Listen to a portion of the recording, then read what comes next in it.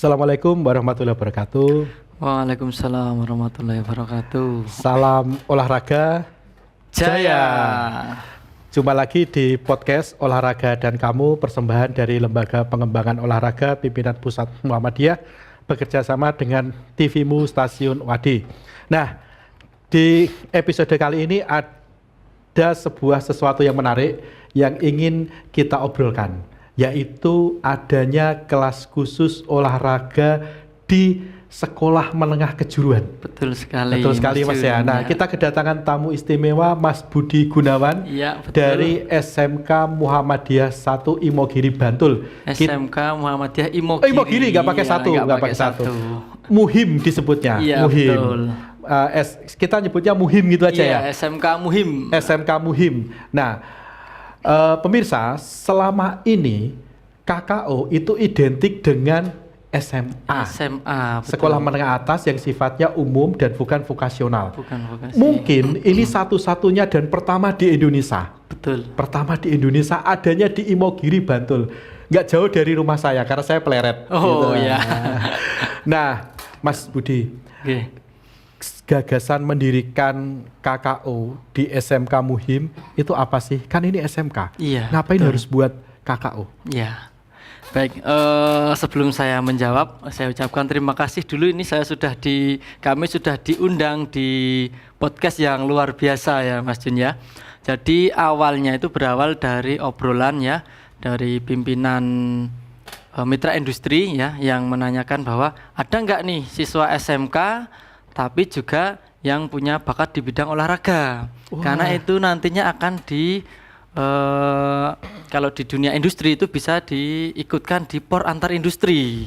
Seperti itu. Nah, dengan seperti itu kita muncul ide bagaimana kalau kita membuka kelas khusus olahraga tapi di SMK.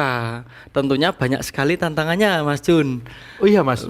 Banyak baru sekali. Dibuka langsung ngomong tantangan. Tantangannya apa aja, Mas Budi? Tantangannya kalau kita membuka kelas khusus olahraga, bisa nggak nih kita peserta didik itu bisa nggak konsisten belajar tentang kejuruan, konsisten latihan, belum nanti di ilmu mapel umum yang lainnya. Nah itu, tapi alhamdulillah setelah kita buka kelas khusus olahraga, alhamdulillah sampai saat ini bisa berjalan dengan lancar. Nggak, sebelum ngomongin KKO di Muhim, Mas, kompetensi yang di SMK Muhim itu apa aja sih, Mas? Kejuruannya ya. Iya, kejuruannya. Yang pertama ada teknik kendaraan ringan.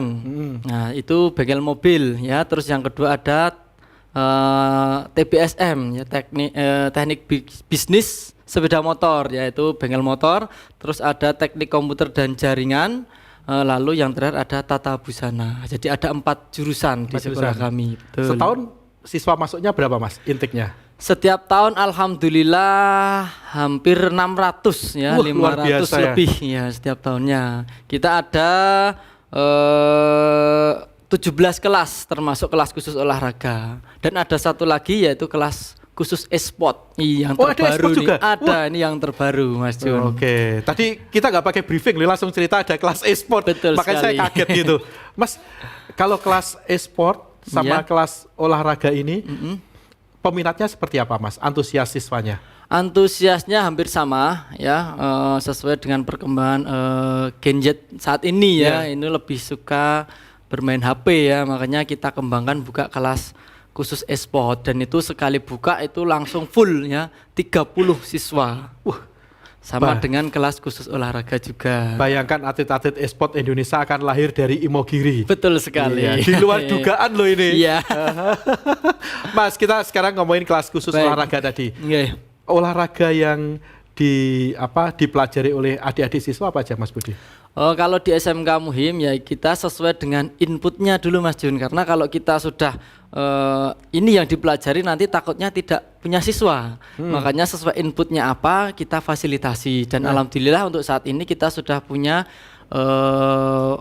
yang cabur bola voli itu yang paling banyak diminati karena sesuai dengan karakteristik yang ada di Imogiri ini memang bola voli yang menjadi banyak peminatnya. Terus juga ada sepak bola. Terus juga ada ini sesuai dengan Muhammadiyah itu kan tapak suci. Oh iya iya. Ada. Lalu dengan cabur-cabur yang lain juga banyak di kita, dan kita juga di sana dilatih juga untuk multi cabur. Jadi setiap atlet itu tidak hanya bisa satu cabur saja, tapi kalau dia punya ini punya potensi untuk di cabur ini ya kita fasilitasi juga. Contohnya kemarin ada yang atlet judo. Nah itu dia mencoba untuk woodball. Oh ternyata woodball ini ada woodball, Mas? Iya ada woodball. Nah itu oke, itulah yang namanya multi cabur seperti itu. Oke. Mas, kalau selama ini ketersediaan infrastrukturnya seperti apa, Mas? Lapangan dan sebagainya gitu. Oke, baik. Kalau infrastruktur ya sarana prasarana ya Mas Jun ya. Kalau sarana sih di sekolah kami alhamdulillah ya semuanya bisa terpenuhi. Yang mungkin yang prasarananya ya, yang lapangannya untuk kegiatan belajar mengajar saja kita harus menjadwalkan nih untuk KBM, sedangkan kita ada latihan pagi. Nah, bagaimana caranya supaya bisa dua-duanya jalan? Nah, kita menyewa lapangan yang di luar sekolah. Alhamdulillahnya di dekat sekolah kita itu ada klub bola voli dan itu ada lapangan. Nah, kita sewa di sana. Kerjasama gitu ya? Kerjasama dengan klub dekat dengan sekolah. Dan juga sepak bola kita ada lapangan di dekat sekolah, kita pakai lapangan itu juga. Jadi alhamdulillah semuanya bisa berjalan dengan dua-duanya bisa jalan. KBM jalan, kegiatan KKO latihan pagi juga jalan. Seperti itu. Kalau pagi jam berapa itu Mas latihannya? Kalau pagi itu latihannya dari jam 7 sampai jam 9. Tuh. Terus nanti setelah itu anak-anak istirahat sebentar, terus nanti mandi, mungkin ada yang makan, setelah itu nanti masuk pembelajaran kembali di kelas. Itu dari berbagai kejuruan ya berarti? Iya betul sekali. Nah ini juga saya sampaikan bahwasanya kalau di kejuruan itu kan belajarnya juga harus ada kejuruannya juga. Jadi kita ada latihan, ada mapel umum, ada kejuruan. Ini sebelum ditanya sudah saya sampaikan dulu ya. Jadi kita membagi waktunya itu latihan pagi itu satu minggu hanya satu kali di hari Kamis saja. Terus untuk kejuruannya itu yang kelas 10 dan 11 itu ada 2 hari setiap minggunya. Makanya kita harus mencocoknya nih dari berbagai jurusan. Karena kalau mapel umum kan kita jadi satu kelas nih KKO. Tapi kalau saat ada hari di mana siswa itu harus belajar kejuruan, harus kita pisah-pisah. Misalnya hari Senin itu praktek kejuruan untuk kelas KKO kelas 10. Berarti yang jurusan TKR ikut praktek di TKR, yang jurusan TBSM ikut praktek di TBSM, yang TKJ, TB seperti itu. Makanya kita harus sinkronkan ini ya, dari kurikulum, dari KKO dan juga dari kejuruan supaya jadwalnya bisa jalan. Sinkron ya. Iya, kalau selama ini siswanya gimana Mas? Mereka merasa berat, boso Jawa ini kaboten gitu, atau mereka enjoy seneng gitu Mas? Iya, kalau melihat peserta didik kita ya, yaitu tadi Mas, menjaga konsisten itu loh ya. Ya kadang ada hari di mana anak itu ini lagi semangat, ada hari di mana habis latihan malamnya habis tanding Pak, ini agak kurang enak badan dan lain sebagainya. Nah itulah yang selama ini masih menjadi PR buat saya selaku koordinator ya, ini bagaimana kita menjaga konsisten atlet belajar olahraga, belajar kejuruan dan lain sebagainya seperti itu. Kalau ini Mas Budi, kalau kejuruan itu kan biasanya adik-adik itu kan harus PKL ya. Iya dan betul lama sekali. Gitu. Nah ketika mereka PKL agar fisiknya tetap terjaga, apa yang dilakukan? Oke, kalau PKL itu kan di sekolah kita, mungkin di sekolah yang lain, SMK yang lain juga masih sama. PKL itu kan kelas 3 Mas Jun, sedangkan di kami baru 2 angkatan ini, baru kelas 10 dan kelas 11. Cuman kita sudah punya rencana nih nanti di kelas 3, nanti untuk PKL-nya akan kita laksanakan di batch 2 atau di semester 2. Jadi nanti di akhir pembelajaran kelas 3 mereka baru terjun di PKL sehingga nanti tidak mempengaruhi program-program KKO yang sudah kita jalankan. Jadi nanti semester 1 masih ikut KKO, di semester 2 PKL. Dan bagaimana supaya menjaga tetap fit ya, nanti setelah PKL kalau ada waktu mungkin di pagi jogging dulu. Setelah PKL atau setelah PKL jogging, tapi biasanya kalau biar lebih fresh itu paginya dulu seperti itu. Kalau latihan di klub saya yakin kita akan meminta di dunia industri atau tempat PKL untuk diberikan leluasa, karena anak ini prestasi olahraga dia setelah PKL harus latihan. Makanya itu harus kita sinkronkan juga dengan nantinya dengan di tempat PKN PL-nya. seperti itu. Kalau ini dari sudut pandang siswa, Nggih. kalau orang tua selama ini gimana Mas kasih respon ayah bunda siswa? Oke, terima kasih. Kalau orang tua itu alhamdulillah sampai saat ini malah yang semangatnya menggebu-gebu itu malah orang tua Oh iya? daripada siswanya. Nggih, sampai bagaimana Pak tadi latihannya, bagaimana anak saya, seperti itu selalu menanyakan di grup. Berarti artinya orang tua sangat antusias karena memang pernah saya sampaikan pada waktu kita undang orang tuanya itu kita sampaikan kalau Bapak Ibu punya putra yang prestasi di olahraga itu akan menjadi investasi di kehidupan yang akan datang. Seperti itu. Betul. Mas Jun, makanya semangat juga alhamdulillah. Kalau selama ini Mas adik-adik itu masuk KKO itu Nggih. kalau berdasarkan survei atau wawancara Iya. sekolah dengan mereka itu dari minat mereka atau memang orang tuanya ingin atau gabungan dari keduanya? Oke, jadi macam-macam Mas Jun ya. Karena kita input kita itu untuk seleksi masuk di KKO itu yang pertama ada tes fisik dulu. Iya. Setelah tes fisik lolos di tes keterampilan.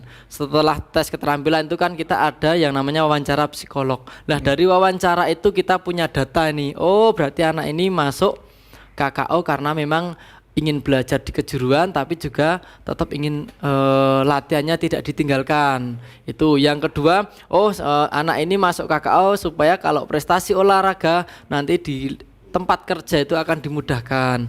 Nah ada juga yang saya masuk KKO karena orang tua saya Pak, orang tua saya pengennya saya masuk di kejuruan, terampil di kejuruan tapi orang tua juga pengen saya tetap jadi atlet. Ya, jadi kombinasi ada yang kemauan anak sendiri, ada yang kemauan orang tua, ada yang ngikut alur aja. Oh saya karena saya masih ikut ini ya pengen sekolah di sini yo saya masuk di KKO seperti itu. Jadi Kalau macam-macam.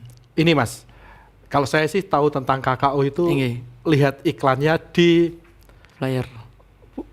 dekat sate-sate Kelata. Oh, di perempatan Jejeran. Jejeran Iya, itu betul. KKO. Wah, luar biasa. SMK punya KKO gitu. Iya. Akhirnya kita bisa ketemu di podcast ini Mas Budi. Iya. Mas, yang kalau kita ngomongin lagi tadi kan dari siswa, kemudian dari orang tua responnya. Nah, sekarang sebaran siswanya, Mas. Sebaran siswa terutama KKO ini selain dari Imogiri dari mana aja, Mas?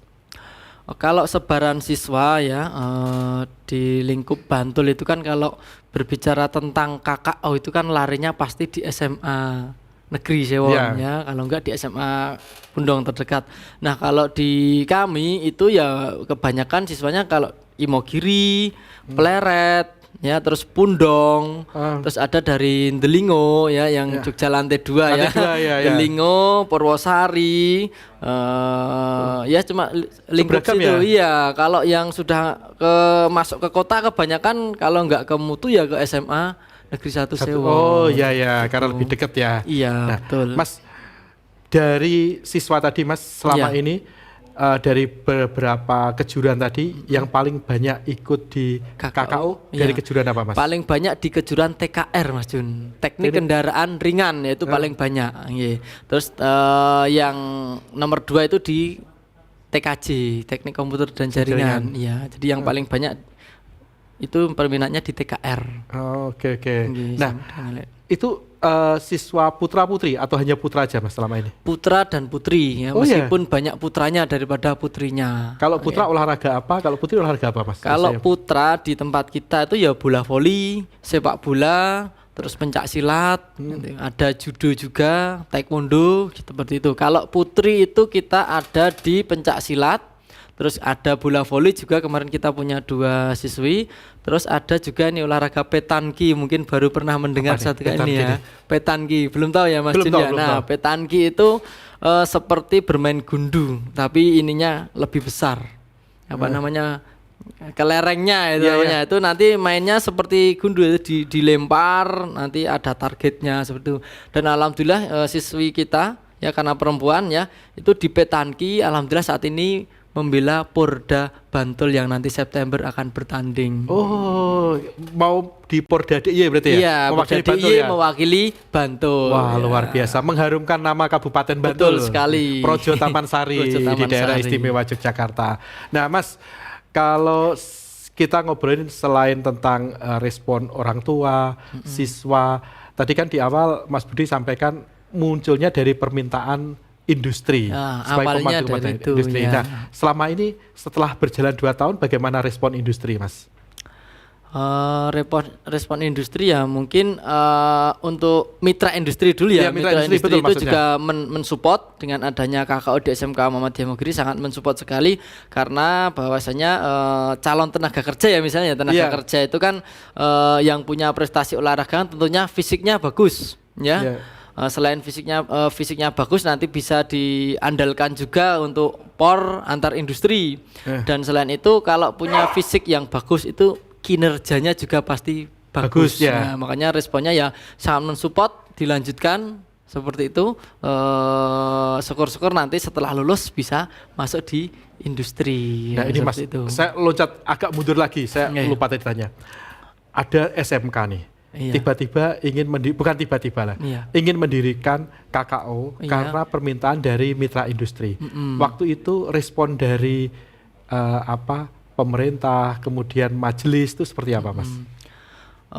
Pada saat itu ya tetap support akan- Mas, iya. iya, karena itu juga sebagai promosi sekolah juga kan nanti. Betul. Selain nanti permintaan dari industri juga promosi sekolah, inovasi sekolah juga, Oh iya, supaya inovasi. tidak monoton gitu-gitu Betul aja ya, karena di sekolah Muhammadiyah kalau kita tidak banyak inovasi ya nanti akan kalah dengan sekolah yang lain seperti itu, Mas Jun. Betul, istihad dalam pendidikan Muhammadiyah. Iya, betul di sekali. era disrupsi ini. Disrupsi.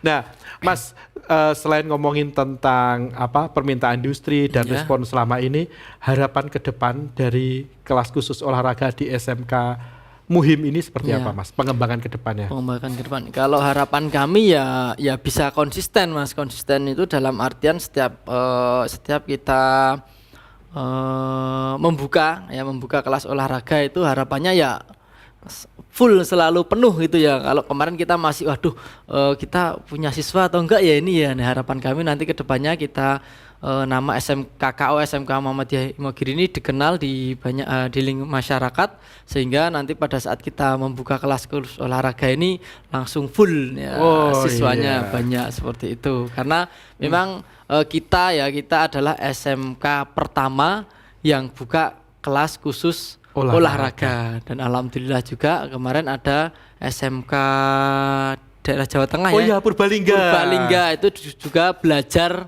KKO di SMK Muhammadiyah Imogiri, dan mungkin saat ini sudah mulai jalan ya. seperti itu. Kalau nggak salah voli mereka. Ya, bola voli putri. Nanti Ya. kapan-kapan kita undang ke podcast Betul ini sekali. lagi dari Purbalingga. Mas, sebenarnya kita ingin ngobrol banyak ya dari ngomongin tentang kelas khusus olahraga di SMK Muhammadiyah Imogiri atau Muhim, tapi tentu saja waktu yang selalu membatasi kita. Iya, betul sekali. Sebagai bagian akhir dari podcast olahraga dan kamu ini, Mas Budi, tolong dong sebutkan 5 alasan mengapa orang tua, wali, dan siswa Iya. itu perlu memilih melanjutkan studi setelah lulus SMP di SMK Muhim, terutama di KKO.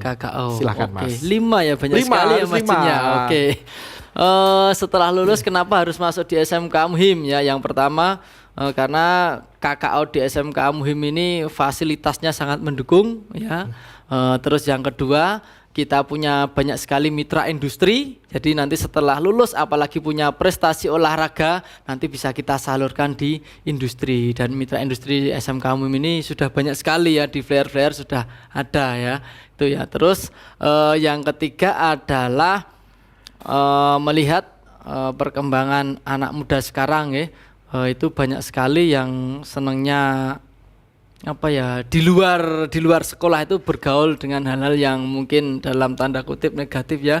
Dengan nanti masuk di KKO SMK Muhammadiyah Imogiri akan disibukkan dengan latihan, akan disibukkan dengan belajar kejuruan itu tadi, sehingga apa yang mereka lakukan itu positif gitu, Mas ya. Jadi orang tua tidak perlu resah seperti itu ya. Terus yang ke berapa? Sudah sampai berapa ini tadi? 4 sekarang. 4 sekarang. Yang keempat adalah melihat anak muda mau berproses, mau disibukkan dengan latihan, itu adalah kebanggaan tersendiri ya. Bagi guru ya? Bagi guru, makanya. bagi orang tua dan juga. juga bagi orang tua. Makanya silahkan daftarkan putra-putrinya masuk di SMK Muhammadiyah Imogiri, terutama di kelas khusus olahraga. Seperti itu. Masih satu loh Mas. Oh masih satu. Iya. Biayanya. Kan biasanya ngasih PR, Oh, sekarang iya. saya kasih PR. Masih satu ya. Iya. Fasilitas lengkap, biayanya murah. Oke. Murah tapi tidak murahan ya. Ya, murah tapi tidak murahan. Betul Iya. sekali.